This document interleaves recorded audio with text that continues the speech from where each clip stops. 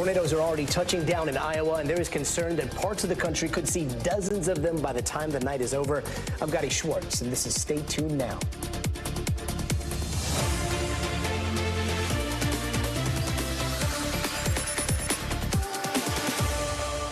Another round of very dangerous storms making their way across a bunch of states from the Great Plains to the Midwest with the potential to impact more than 25 million people. We are talking tornadoes, softball-sized hail, and severe thunderstorms. The biggest area of concern right now is for people in Iowa, parts of Illinois, Wisconsin, as well as Missouri. And this comes just days after people in Texas and Oklahoma are still picking up the pieces from extreme storms just last week.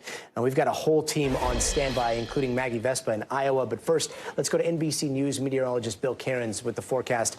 Hey, Bill, how bad can we expect things to get for people who are in the Midwest tonight? Well, we like to think that we've seen the worst. We've already had at least 2 violent tornadoes, and it does appear that one of them was a high-end tornado, like maybe an EF4, who knows, maybe even an EF5, which, by the way, in this country, we haven't had one of those since 2013 in Moore, Oklahoma. So that's how rare they are. But this one that hit the Greenfield area, which is located right here, that was the most, by far, destruction that we've seen today. And then over the last 2 hours, we had a very strong storm just north of Des Moines with numerous reports of a tornado. I haven't seen a lot of damage for that one, so that was a violent tornado, but instead of hitting a town, it may have just stayed out over the open field. So in all, this is officially a tornado outbreak, 17 reports. Currently, I do not have any active tornadoes on the ground. We have a very strong thunderstorm near Cedar Rapids, Iowa, and that one will have definitely some damaging wind with it and some hail on the north side of town heading towards Cedar Point. Independence just had a pretty strong storm go through.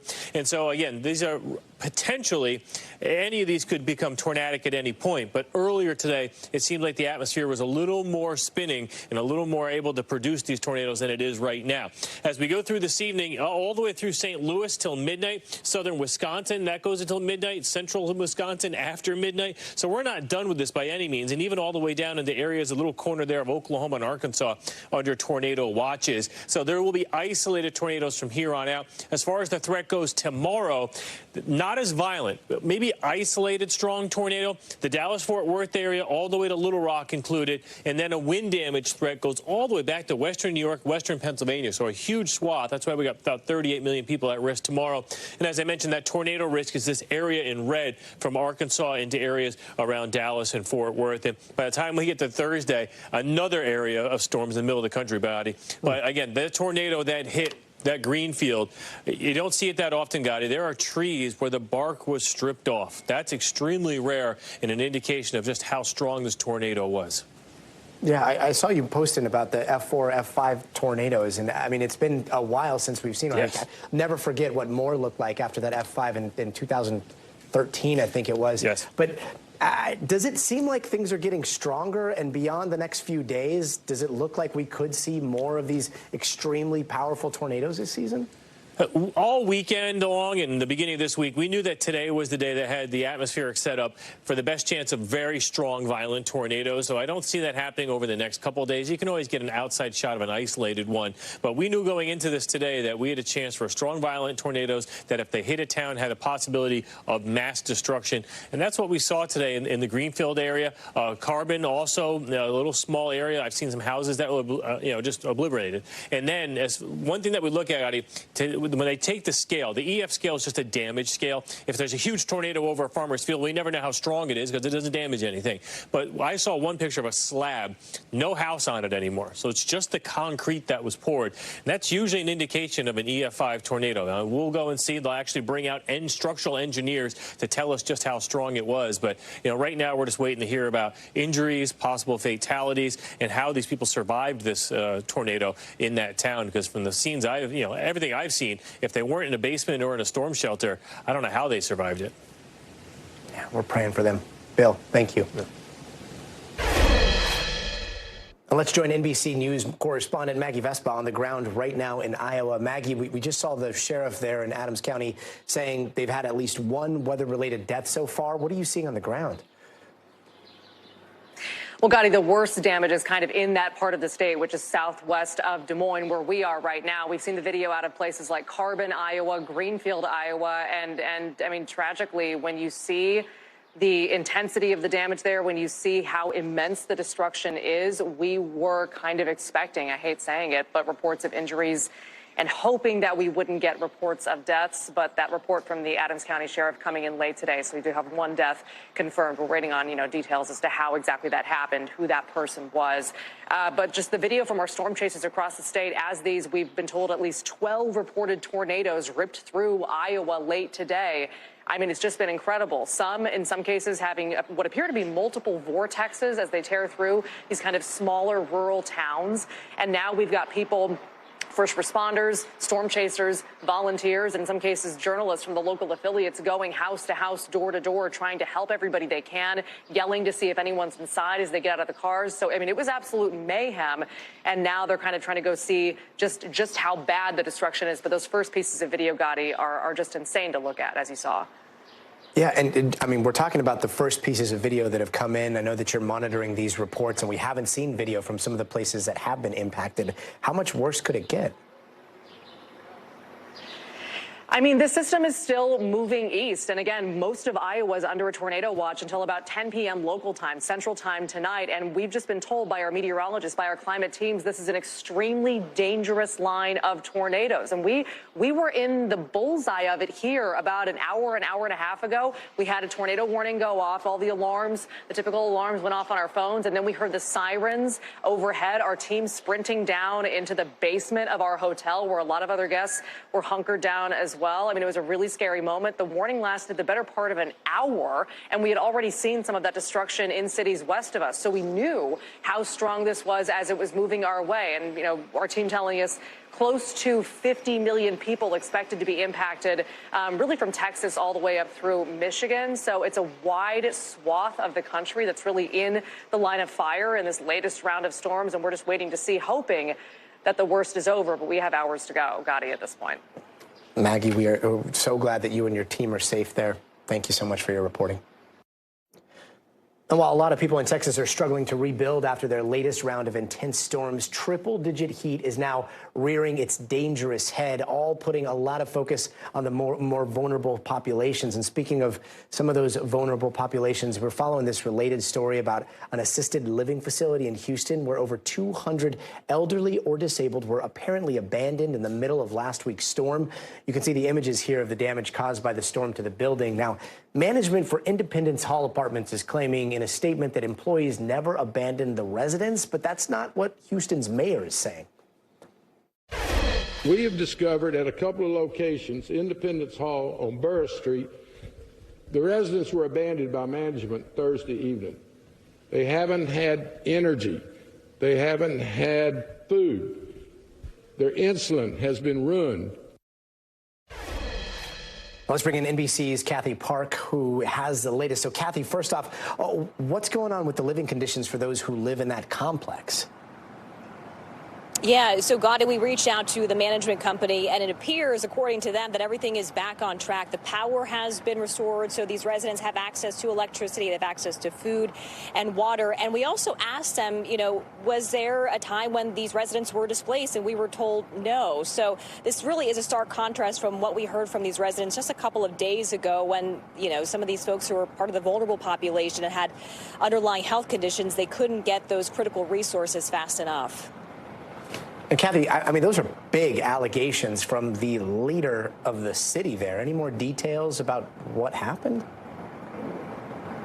So the storm blew through Houston Thursday night, and we are told that shortly after that, they started getting reports, the city and also other authorities, that these residents were being allegedly neglected in this apartment complex. And that's when the mayor decided to go to the site himself, and he was actually doing a tour with one of our local affiliates. And we saw one of the units. It looks like the ceiling caved in. A lot of the belongings were kind of soaking wet, and he called the conditions deplorable, and he said he would be digging into this a little bit further and possibly pursuing criminal charges. But Gadi, on the flip side, the management company said, look, this is not an assisted living center. They don't offer support services, and they did have someone on site shortly after the storm came through, and that person was there offering aid to anyone who needed it. So you have conflicting information from both the city as well as the management company.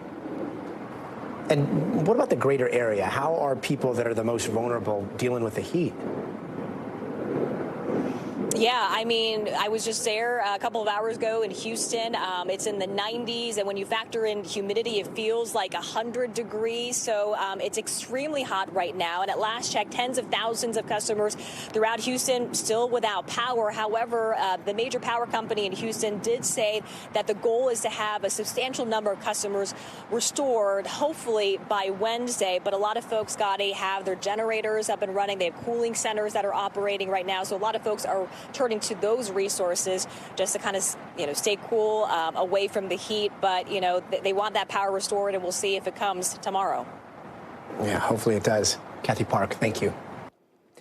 Meanwhile, it looks like the end may be near for the whole Donald Trump criminal hush money case. Both prosecutors and the defense have finally rested their cases, and now it's going to be the jury's turn to decide whether the former president will be found guilty or cleared of those 34 felony counts of falsifying business records, but not before a few more complicated twists and turns when it comes to jury instructions. But all of that is going to happen after Memorial Day. So today, the big news was really about what didn't happen. Trump did not take the stand. He did not testify, but his son, Don Jr., did some talking outside the courthouse. Listen.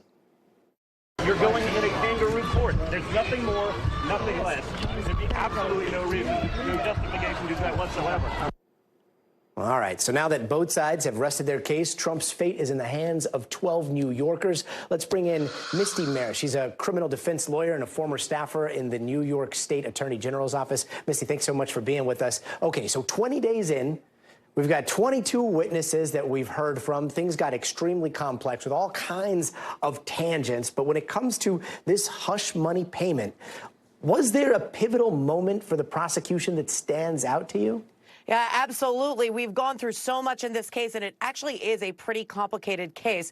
But what was really important for the prosecution to do was to set that table and get through all of those documents, because at the end of the day, this case is about fraudulent business records, and business records that were fraudulent for the purpose of covering up or in furtherance of another crime. So the records that are at the center of the case, while dry and kind of boring, they are really the reason and what prosecutors need to show when they ultimately have that burden of proof in the courtroom.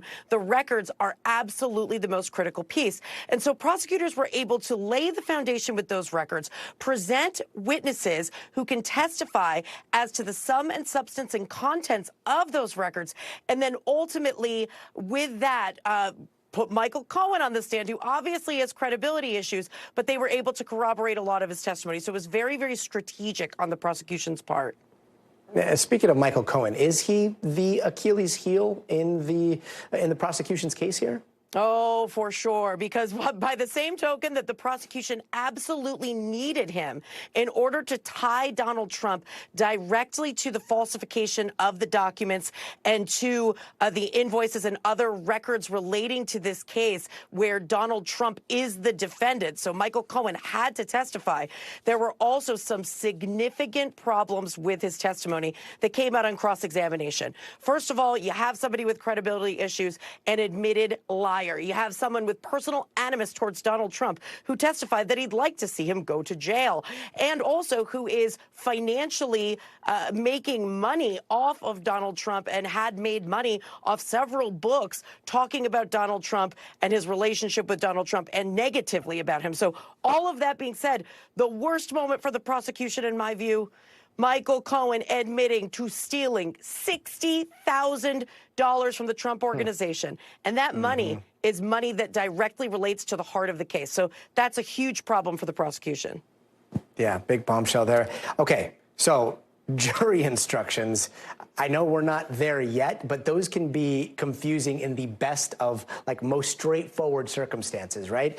What is going to happen here, and what are we going to see next week, the week after? Watching the hearing today play out, both sides were fighting tooth and nail over the jury instructions because that is the roadmap for the jurors. It's what's presented by the judge and gives the jurors the framework and tells them this is what the prosecutors need to prove beyond a reasonable doubt.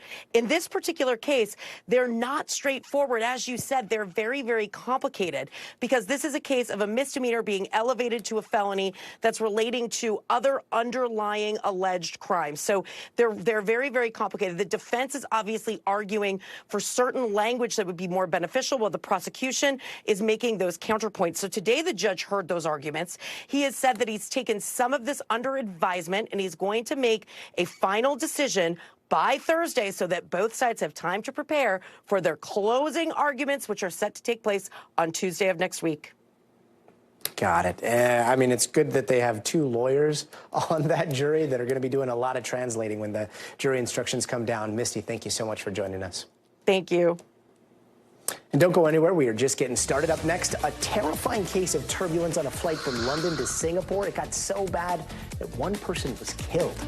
And polls just closed in Georgia and Kentucky. Primary races there. We are keeping an eye on all the results from the NBC News decision desk. And tonight in the Future of Everything, it is Scarlett Johansson versus OpenAI.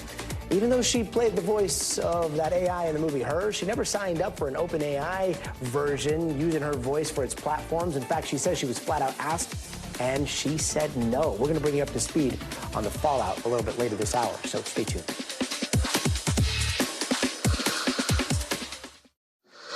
Hey, welcome back. More in a minute on that terrifying flight from London to Singapore that hit some major turbulence. But first, let's take a quick look around the world. The unrest in Haiti is growing worse as gangs there are getting stronger. They've taken over police stations, released prisoners, and have chased out thousands from the country's capital. Meanwhile, in just a few days, a huge Kenyan-led police force will be deployed to Haiti to try to control that chaos. Haitian gang leaders are vowing to fight that deployment, raising concerns of even worse violence. And this morning, a London judge ruled that Prince Harry cannot take his claims against media mogul Rupert Murdoch to trial. The prince was trying to expand his privacy lawsuit against the Sun tabloid to include allegations that Murdoch and other executives were part of an effort to hide and destroy evidence of unlawful information gathering. The judge said the allegations about Murdoch added nothing meaningful to the lawsuit, but he did allow the prince to include allegations that his phone was tapped, and he can also add that some journalists went against the law to dig up scoops on him. And in Mexico, it has gotten so hot that monkeys are falling dead from trees. At least 83 howler monkeys have been found dead, and 5 more had to be rushed to an animal hospital in critical condition because of dehydration. Mexico has been dealing with a heat wave that's seen temperatures of up to 117 degrees. And China has sanctioned a former U.S. lawmaker. Mike Gallagher is banned from entering China, and all his assets in the country will be frozen. The foreign ministry announced all that today, but they did not go into detail on what Gallagher had said or done. But he has been a fierce critic of China and a strong supporter of Taiwan. And now to the terrifying and extremely rare scene on board a Singapore Airlines flight. One person is dead. Dozens of others have been seriously hurt after a Boeing 777 plane hit severe turbulence on a flight from London to Singapore. You can see the chaotic scene. Passengers wheeled away on stretchers as rescue crews lifted them over seats and over debris. The plane was carrying more than 200 passengers, making an emergency landing in Bangkok after it dropped some 6,000 feet in just minutes. The cabin was left in ruins. There were blood marks on the seats, even indents on the ceiling. NBC's senior aviation correspondent Tom Costello has more. On the tarmac in Bangkok, a mass casualty response to a terrifying high-altitude flight. Singapore Airlines says at least 30 injured, some critically. A local hospital says it's treating 71 passengers. One person died. The airport general manager says a 73-year-old British man apparently suffered a heart attack. It happened when the Boeing 777 flying from London to Singapore hit sudden turbulence on the edge of a powerful storm over Thailand. Flight Radar 24 data shows the plane bucking like a bronco at 37,000 feet, climbing and falling. Then a controlled emergency descent to 31,000 feet. Photos from inside the cabin show the damage and chaos. Overhead panels ripped off, food and bottles scattered on the floor, bloodstains on the ceiling. Multiple victims evacuated on backboards. It was incredibly it's scary to seeing the people in the flight we had years ago. Atmospheric researchers report clear air turbulence has only gotten worse with climate change. So we know that the amount of wind shear in the jet stream is now 15% stronger than it was when satellites first began observing it in the 1970s. Heat makes the jet stream more volatile and difficult to predict. Pilots do rely on other pilots to report turbulence that they encounter. It happens every day, 5,500 times a year. 7 were injured in March of 2023 when a Lufthansa flight hit severe turbulence over Tennessee. In December 22, 3 dozen injured on a Hawaiian Air flight. Broken backs, broken skulls, brain injuries, a severed limb. And these are very serious conditions. Tom Costello with a reminder of always wearing your seatbelt when they say so. Tom, thank you. Meanwhile, Iran has been declaring 5 days of national mourning after that shocking and unexpected death of President Ibrahim Raisi, along with the country's foreign minister in that helicopter crash. Now, funeral events started today with thousands gathering for the first event, and Raisi is expected to be buried Friday. NBC's Keir Simmons has more. Tonight, after day one of a 3-day funeral, with huge crowds, the procession inching past mourners holding up posters of President Raisi, clamoring to touch the coffin. Iran is hearing more about the helicopter crash that killed him. This video capturing the moment rescuers arrive at the scene. Found it, one shouts. Then the grim reality takes hold. They cry, pray and sob. On Iranian state television, his chief of staff, who was in an accompanying helicopter, describing turning back to search, and hours of desperate calls with one of those who had been on board, now one of the dead. Criticism of the late president is dangerous. A hardliner who the US says had blood on his hands, Iran's prosecutor warning people not to celebrate his death. But as Iran's state TV broadcast rolling coverage of the funeral today, Iranians opposed to the regime spoke out to NBC's partner Sky News, their identities concealed to protect them. People have been handing out sweets, and in many other Iranian cities, people celebrated the news by fireworks. I'm not upset at all, even though I never wish death on anyone. Tonight, the precise cause of the crash remains unclear. Iran says it's investigating. Keir, thank you. More fallout today from the decision by prosecutors at the International Criminal Court to seek arrest warrants for top Israel and Hamas officials for war crimes, something the Biden administration continues to make clear it opposes. The extremely wrong-headed decision by the ICC prosecutor yesterday. Wow, more scrutiny for Israel, which decided late today to reverse a decision to take camera gear from the Associated Press, which was accused by the IDF of violating Israel's new media law. NBC News foreign correspondent chief Raf Sanchez has more from Tel Aviv. Israel today facing new accusations of cracking down on the free press just weeks after its government banned Al Jazeera. Today, the Associated Press news agency says Israeli government officials shut down one of its live shot positions and confiscated a camera and other equipment. Now, the Israeli government says that this camera was putting out a live feed of northern Gaza, where Israeli forces are currently operating, and then that feed was being taken up by Al Jazeera, among others. It says that it gave the Associated Press a warning before moving ahead and closing this down. But free press groups here in Israel and internationally are decrying the move. You might remember back in Israel, back in 2021, Israeli forces bombed an office building used by the Associated Press, the main American news agency in Gaza. Israel said at the time that that building was being used by Hamas, but it comes at a time when Israel is under more scrutiny globally. The prosecutor of the International Criminal Court seeking the arrest of Prime Minister Benjamin Netanyahu and Israel's defense minister, as well as 3 senior leaders in Hamas. Prime Minister Netanyahu pushing back very hard, calling this a rogue prosecutor who is unfairly going after the democratically elected leader of a country that is fighting a defensive war after October 7th. President Biden also saying he rejects any equivalence between Israel and Hamas. But the prosecutor is saying the Israeli government, led by Netanyahu, deliberately starved the people of Gaza by choking off food supplies and at certain points intentionally targeted Palestinian civilians in Gaza. Those are allegations Israel denies. The prosecutor also accusing Hamas leaders of crimes including rape, torture, murder, and hostage-taking. Hamas, for its part, denouncing the International Criminal Court. Back to you. Raf Sanchez, thank you. Coming up, the EPA is warning about cyber attacks against water utilities here in the United States. We've got the details. But first, we want to show you this. Earlier this month, we got the Met Gala, but yesterday, have you ever heard of the Pet Gala? That's what it sounds like. Dogs dressed up like Bad Bunny and Cardi B and recreating other Met Gala looks. Now, some of the designs were a bit rough, while others, I think it's fair to say, were not everyone's cup of tea.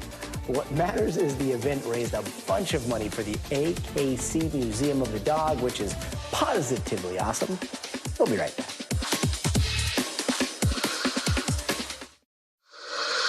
Hey, welcome back. We've got the latest primary results in Georgia and Kentucky in just a moment. But first, let's get to some of the other headlines we're watching tonight.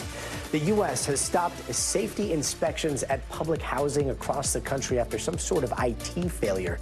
The Department of Housing and Urban Development's inspection systems went down for 2 weeks, and inspections resumed yesterday, though it's not clear how many people were impacted. Those types of inspections make sure low-income housing is safe and sanitary. And an appeals court has denied Hunter Biden's request to delay his upcoming gun trial.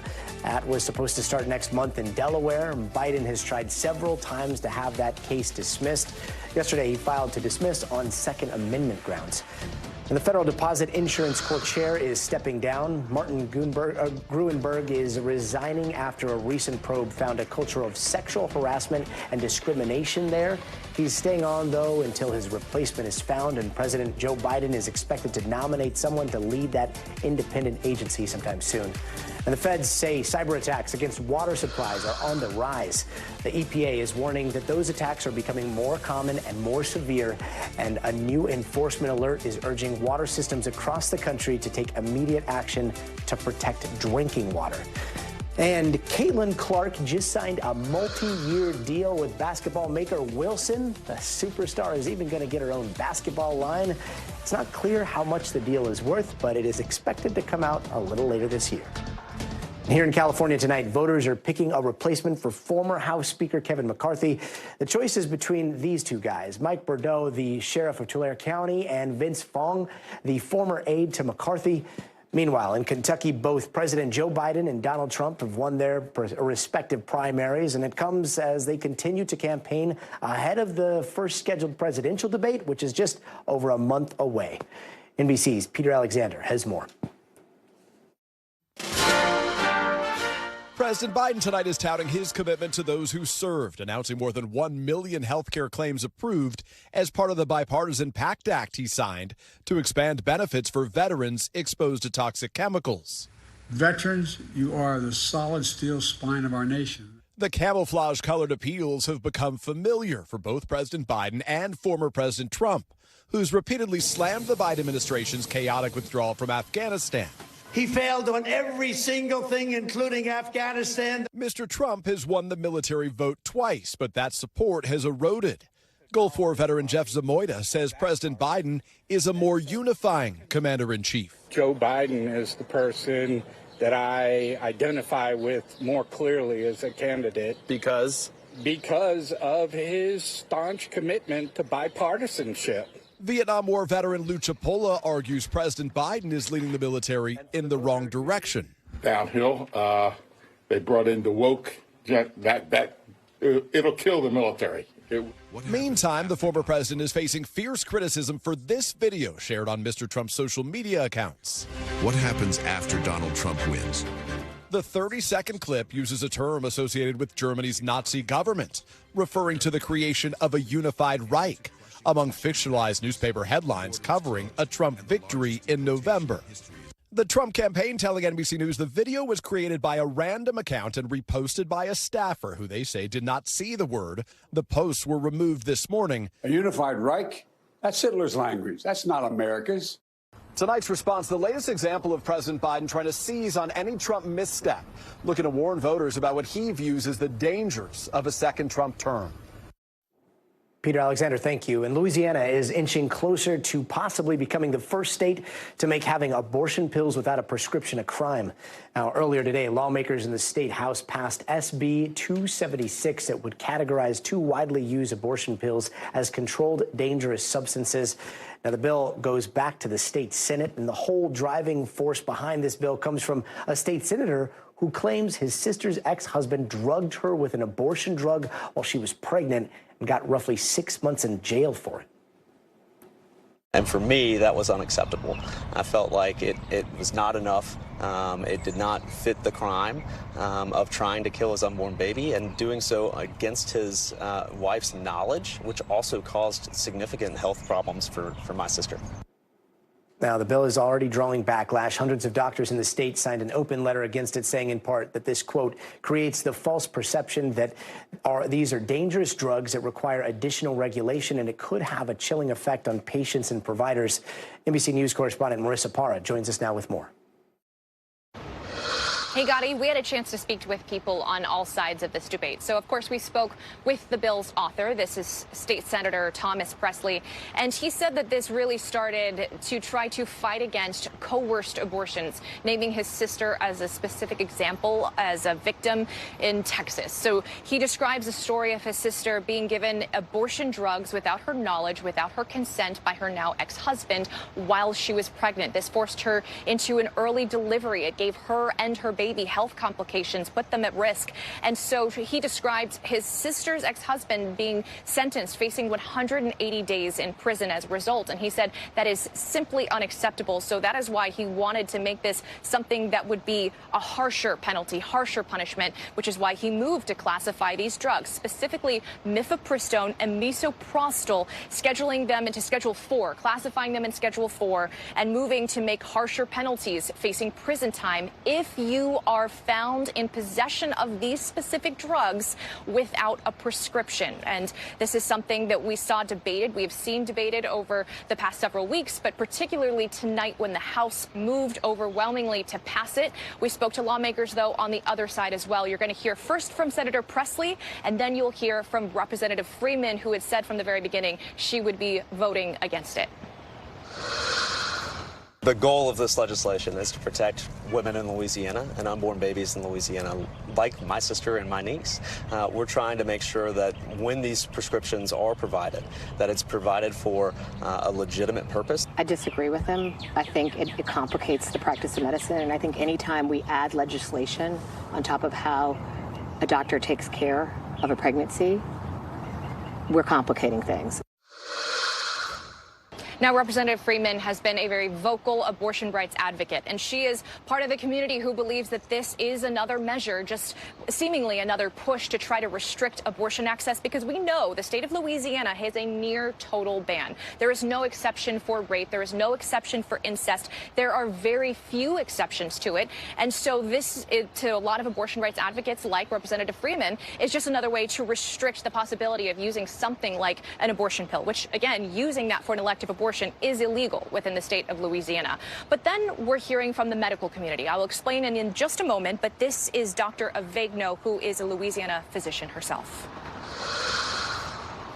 When you're on the front lines, when you're caring for a patient, and you want to be able to use your training and your medical judgment to give them the best quality care, politics should be nowhere near that. It's been very challenging in Louisiana for the last few years to get physicians to speak out on issues of concern of maternal health care, because we have a criminalization penalty for doctors, and there's a lot of fear among physicians that they'll be targeted.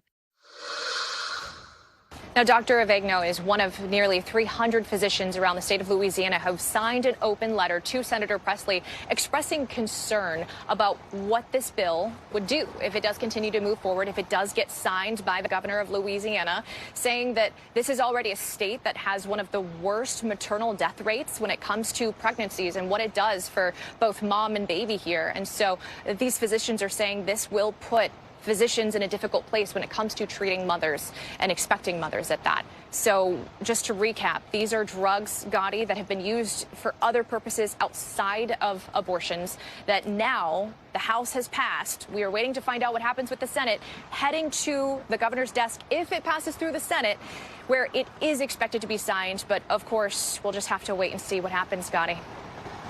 I sure will. Marissa Paw, thank you. And still to come, police have confirmed today that there's an open investigation into actor Matthew Perry's death. We're going to have those details, so stay tuned. Hey there, welcome back. Here are some of the stories happening out west that we're following right now. The Arizona fake electors case is in full swing. 11 of the 18 defendants appeared in court today. Some of them appeared virtually, and all of them pleading not guilty, including former Trump lawyer Rudy Giuliani, Arizona State Senator Anthony Kern, and former Arizona GOP Chair Kelly Ward. They've been charged with allegedly trying to overturn Trump's 2020 election defeat in that state. The first pretrial hearing is set for early July.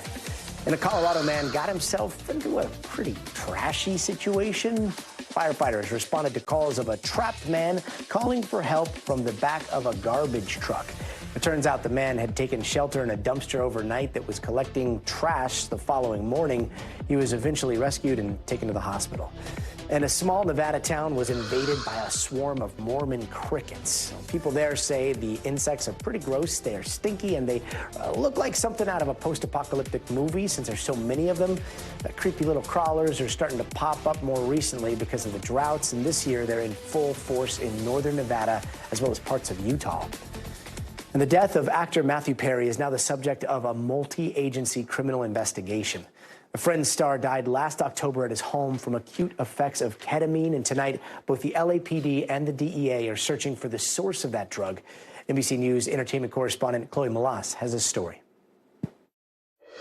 Gadi, the LAPD released a statement this afternoon saying that based on the medical examiner's findings, the Los Angeles Police Department, with the assistance of the Drug Enforcement Administration and the United States Postal Inspection Service, has continued its investigation into the circumstances of Mr. Perry's death. So here is what we know. Gadi, I was looking at the autopsy report today from December, and in it, it stated that Matthew Perry died of acute effects of ketamine, and that the amount of ketamine in Perry's system at the time of his death in October, when he was found unresponsive in the hot tub of his home in Los Angeles, he was found by his assistant at the time, that it was the amount needed for general anesthesia.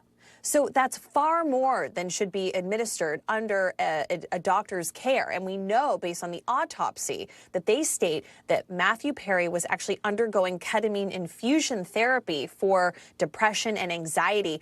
But here's the thing, that he had had a ketamine infusion treatment a week and a half before his death. So that would have essentially already kind of gone through and metabolized in his system. So the reason of this investigation is to find out what happened. How did he get that amount of ketamine? Who administered it to him? How did he, why did he have such high amounts of ketamine in his system at the time of his death? And NBC News, we've reached out to actually a doctor who is listed on the autopsy report as his general practitioner at the time of his death for further comment. We've also reached out to law enforcement, but we have yet to hear back. But, obviously this was such a troubling situation, because in this autopsy report, it also says that Matthew Perry had been clean, was the language that they used, for a year and a half, for like 19 months. Jennifer Aniston, actually, his friend's co-star and one of his really good friends, she gave an interview to Variety,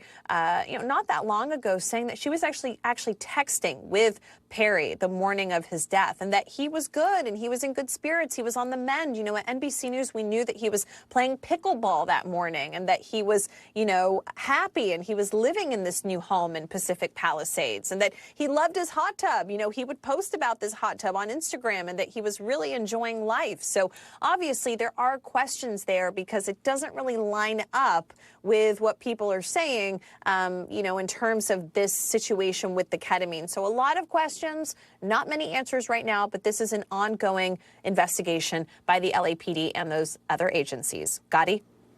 And his presence is still missed. Chloe, thank you. Now, Elvis Presley's granddaughter will not let Graceland go without battling it out in court. Here is the story. Riley Keough filed a lawsuit last week claiming a company is fraudulently planning to auction off her grandfather's iconic home in Memphis.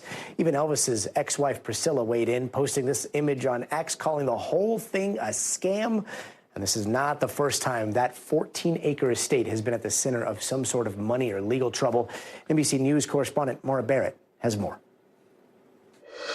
A lot of questions to be answered, hopefully, at this hearing that's expected tomorrow in Memphis, Gadi, because this is coming off as pretty sketchy. Basically, Riley Keough, Elvis Presley Enterprises, is trying to maintain that this sale is a fraud and that this company that's trying to maintain the sale doesn't even exist. We combed through the lawsuit, and basically this is what we found, the claims that they're trying to push back on. Elvis Presley Enterprises, by the way, said that they're doing this countersuit, they're putting it out there to prove that this company is a fraud. And so in the lawsuit, they're saying that Lisa Marie never gave a deed of trust to Alcini Investments. Her signature was forged throughout those documents. And the notary, even though there's a public notary involved in all of this and her name is on it, the notary is now saying, I did not notarize this document. Now, in terms of moving forward, we did just hear that a judge associated with the court where this lawsuit is put a temporary restraining order on the company, if it exists, to halt any movement on the sale until at least the hearing tomorrow. Again, the sale was planned for Thursday morning as a public auction. And so until tomorrow morning with this hearing, they can't do anything. And so that's when we'll get more answers. But there's a lot on the line here because remember, the estate, Elvis bought the estate back in 1957 and then it opened as to the public as a theme park in 1982. The house is appraised at $5.6 million in 2021 and it generated $80 million in revenue in 2022. But if an investor bought the property, they wouldn't buy the contents of the home and they wouldn't have any access to the artifacts or Elvis's image. And so there's a lot of confusion about how this could even go through, if it's something that can go through. But again, looking for a lot of answers about whether this can even happen at that hearing tomorrow morning in Memphis. Gadi? Sketchy indeed. Maura, thank you. You might have heard that Target has decided to slash prices on thousands of random items, and the reason why might soon spread to other big box stores. NBC News anchor Vicky Nguyen explains. New discounts in aisles across America. What we value most shouldn't cost more. With Target hoping for hot summer sales, now lowering the prices of 1,500 items, with thousands more ahead in the coming months. Many of the deals include groceries and family staples like milk, meat, bread, fresh fruit and vegetables, diapers, paper towels, and pet food. For example, Target's store brand organic baby spinach will drop to $2.99, a 30-cent savings. And Clorox scented wipes will go from $5.79 to $4.99, a savings of 80 cents. What's behind this decision by Target? Consumers have been showing very strong price fatigue. Target going after budget-conscious shoppers and other big chains like Dollar Tree, which recently told investors it will now feature items up to $7. Okay, change the name.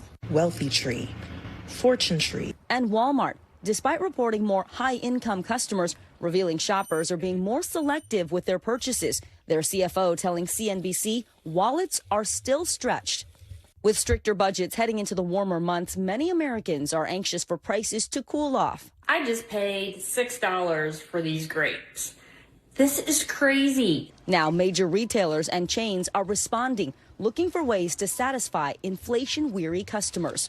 When did McDonald's get so expensive? Last week, McDonald's announced it's introducing a limited edition $5 value meal at the end of June. So you get a drink, all the chips and salsa you can eat, a giant entree, and a side starting at just $10.99? While casual dining chains like Chili's and Applebee's now serving up discounted dishes, with consumers hungry for a deal. I think a lot of these retailers that are now cutting prices or advertising new deals to sort of offer themselves as presenting better value to customers. And before we go, it is time for the future of everything. Scarlett Johansson is not happy that the new ChatGPT bot has a voice very similar to her own. We're going to let you listen for yourself, though, so stay tuned.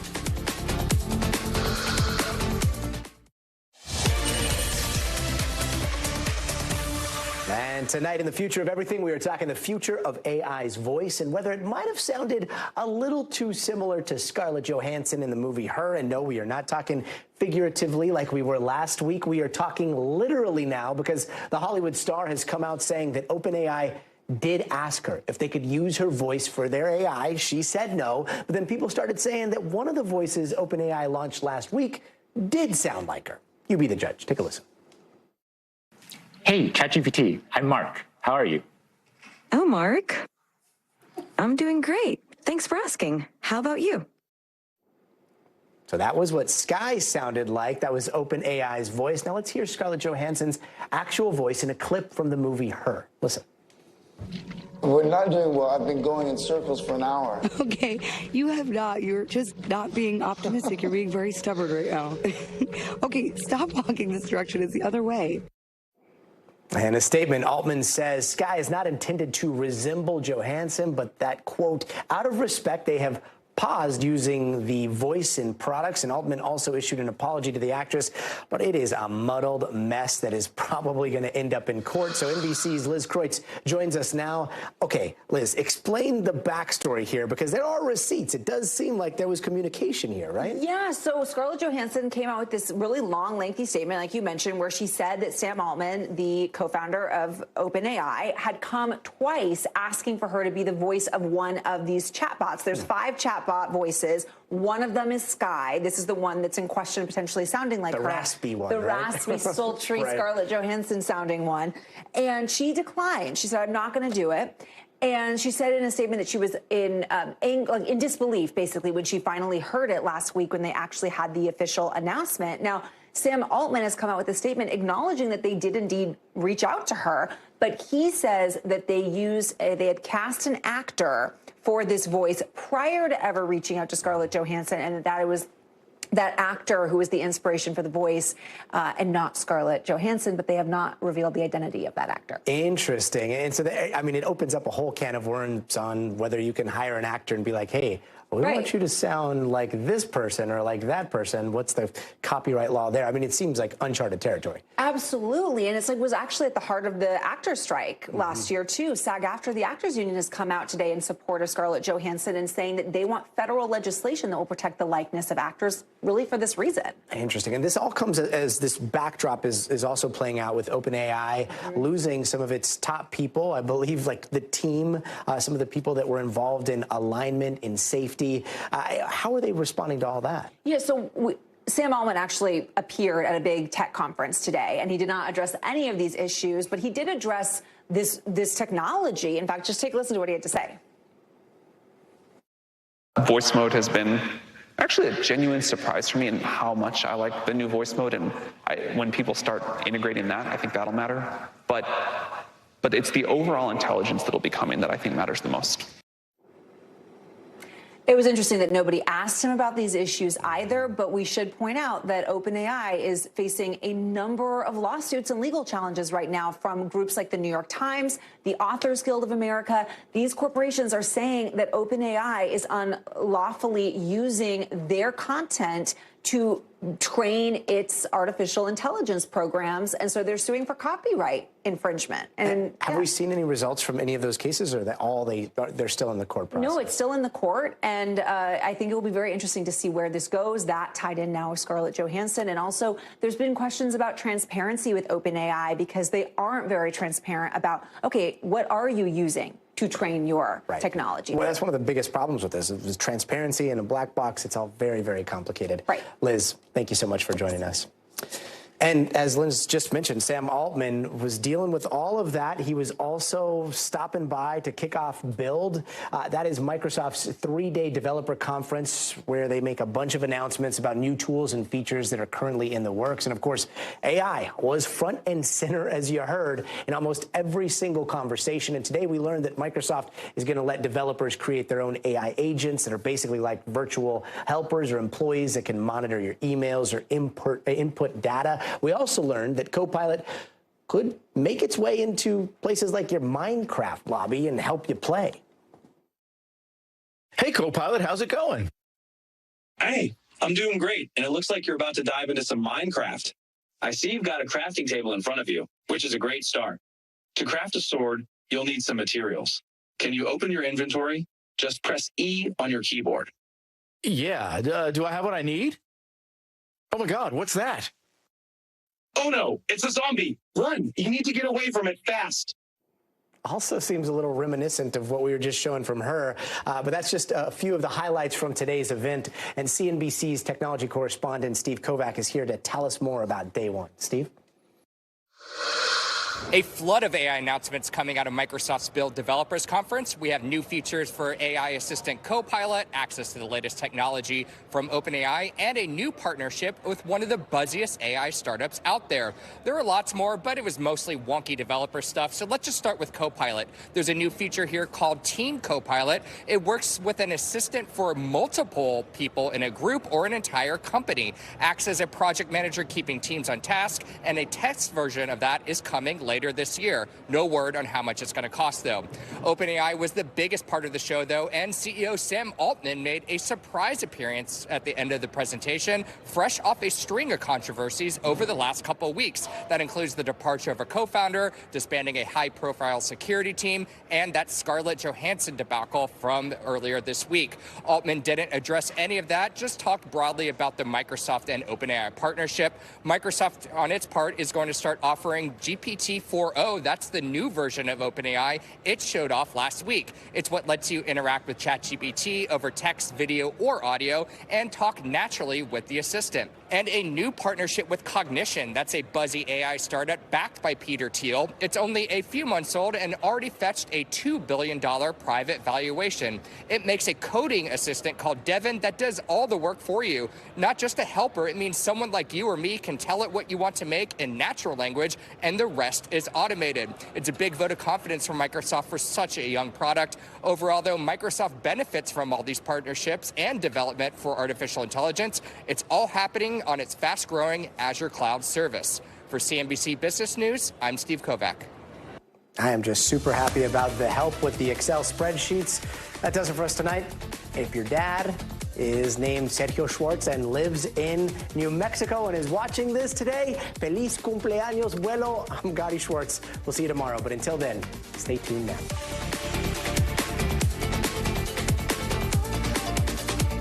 Thanks for watching. Stay updated about breaking news and top stories on the NBC News app or follow us on social media.